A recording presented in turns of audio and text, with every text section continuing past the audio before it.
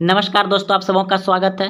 विज्ञान में आज मानव शरीर के महत्वपूर्ण अंग के सभी प्रश्न को देखेंगे। तो आइए, पहला प्रश्न देख रहे हैं आप स्क्रीन पर। मानव शरीर में जल की मात्रा होती है।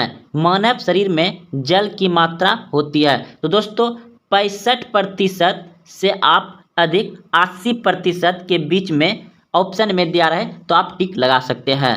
तो इस प्रश्न में आपका उत्तर जो होगा ऑप्शन नंबर डी बिल्कुल सही है। मानव शरीर में जल की मात्रा होती है 80%, यानी कि ऑप्शन के अनुसार आपको टिक लगाना है। तो आप याद रखिए कि 65% से हमेशा अधिक रहता है। तो इसमें से हम देखें 80% लगभग, तो ये सही है। अगला प्रश्न देखिए, 2 नंबर प्रश्न है, मनुष्य का सामान्य तापक्रम लगभग होता है। में से आपका इन तीनों में से कोई एक आ जाए ऑप्शन में तो आप टिक लगा सकते हैं। आपको ये 310 केल्विन में पूछ सकता है, इन ऑप्शन में है तो लगा सकते हैं, या आपके ऑप्शन में 37 सेल्सियस डिग्री है तो आप इसे लगा सकते हैं, या तो आपके ऑप्शन में 98.6 फ़ारेनहाइट है तो आप इसे लगा सकते हैं। अगर आप ये दोनों है तो दोनों लगा सकते हैं, अगर तीनों है तो तीनों लगा सकते हैं। तो चलते हैं अगले प्रश्न की ओर। आप समझ गए होंगे कि मनुष्य का सामान्य तापक्रम लगभग होता है 98.6 फ़ारेनहाइट, ये भी सही है। 37 सेल्सियस डिग्री, ये भी सही है। 310 केल्विन, ये भी सही है। तो इन तीनों में से कोई अगर एक है तो आप टिक लगा सकते हैं, अगर दोनों है तो दोनों लगा सकते हैं, अगर तीनों है तो तीनों लगा सकते हैं। ठीक, तो आइए अगले प्रश्न की ओर।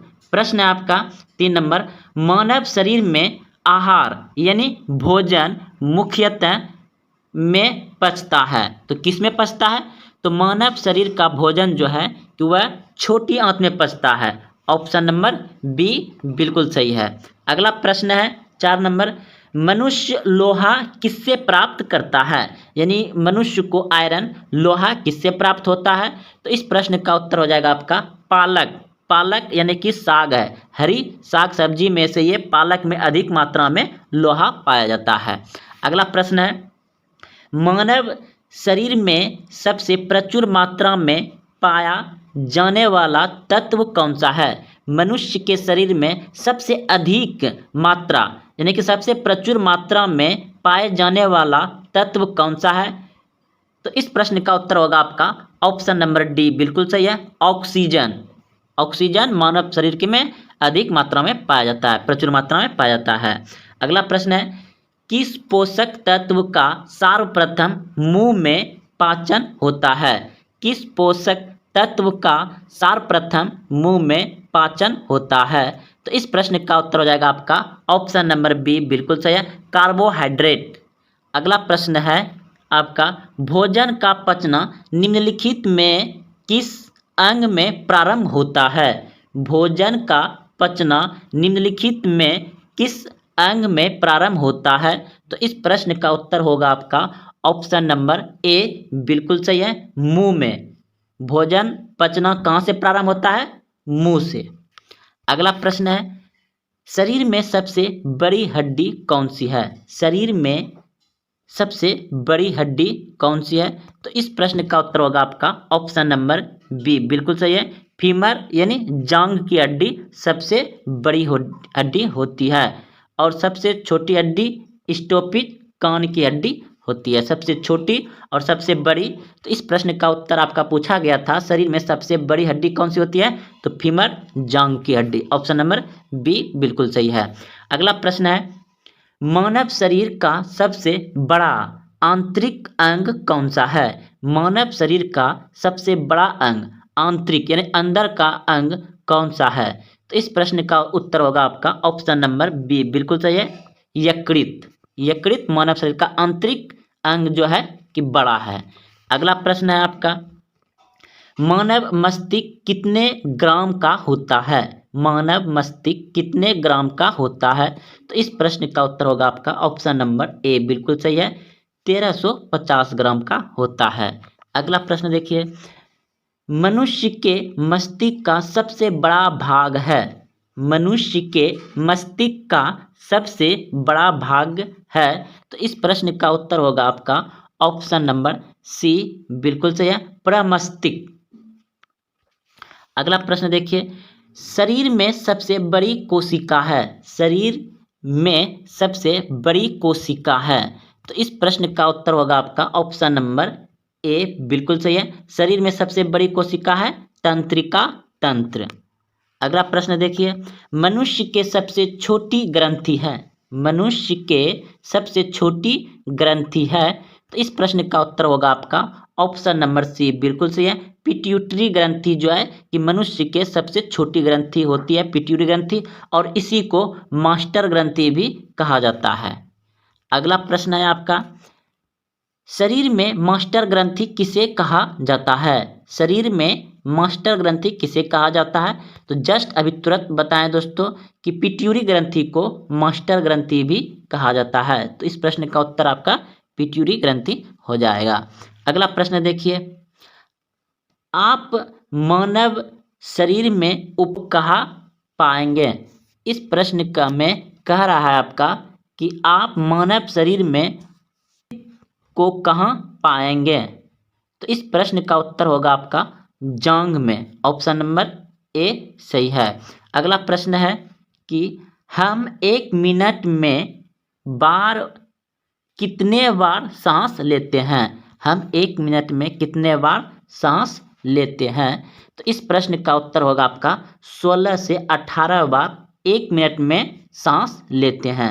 1 मिनट में कितने बार सांस लेते हैं, 16 से 18 बार। अगला प्रश्न देखिए, टिबिया नामक हड्डी पाई जाती है, टिबिया नामक हड्डी पाई जाती है। तो इस प्रश्न का उत्तर होगा आपका ऑप्शन नंबर बी, बिल्कुल सही है, टांग में। टिबिया नामक हड्डी कहाँ पाई जाती है, टांग में।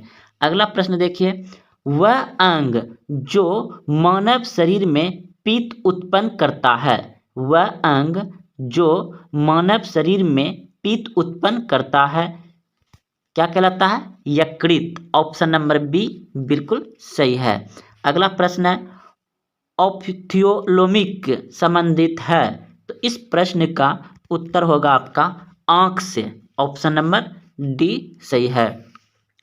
प्रश्न है, मानव शरीर में कौन सा पदार्थ तत्कालिक ऊर्जा का मुख्य स्रोत है, मानव शरीर में कौन सा पदार्थ तत्कालिक ऊर्जा का मुख्य स्रोत है। तो इस प्रश्न का उत्तर होगा आपका ऑप्शन नंबर डी, बिल्कुल सही है, कार्बोहाइड्रेट। यानी कार्बोहाइड्रेट जो है कि दोस्तों यह आपको खिलाड़ी को तुरंत ऊर्जा पाने के लिए खिलाया दिया जाता है, कार्बोहाइड्रेट। अगला प्रश्न है आपका, मानव रक्त का पीएच मान कितना होता है, मानव रक्त का पीएच मान कितना होता है। तो रक्त जो होता है मानव का वह क्षारीय होता है और अम्लीय होता है 7 से कम, और उदासीन होता है 7, और क्षारीय होता है 7 से अधिक। तो यह हो जाएगा 7.4 पीएच मान। अगला प्रश्न है, मनुष्य के हृदय की स्पंदन गति प्रति मिनट होती है। तो मनुष्य की हृदय की जो गति है वह 1 मिनट में कितना होता है। तो इस प्रश्न का उत्तर होगा आपका ऑप्शन नंबर बी, बिल्कुल सही है, 72 बार 1 मिनट में धड़कता है, यह गति होता है। तो अगला प्रश्न देखिए, सार्वधाता रुधिर वर्ग है, सार्वधाता रुधिर वर्ग है। तो इस प्रश्न का उत्तर हो जाएगा आपका ऑप्शन नंबर डी, बिल्कुल सही है, ओ जो है कि सार्वधाता है, यानी कि सभी को देने वाला ओ है, सार्वधाता रुधिर वर्ग है ओ। अगला प्रश्न है 24 नंबर, सार्वग्राहक रक्तदाता का रक्त ग्रुप होता है। तो इस प्रश्न का उत्तर होगा आपका ऑप्शन नंबर बी, बिल्कुल सही है, ए बी। अगला प्रश्न है, एक ए बी ग्रुप वाले व्यक्ति खून दे सकता है, एक ए बी ग्रुप वाले व्यक्ति खून दे सकता है। तो इस प्रश्न का उत्तर होगा आपका ऑप्शन नंबर बी, बिल्कुल सही है, केवल ए बी को दे सकता है।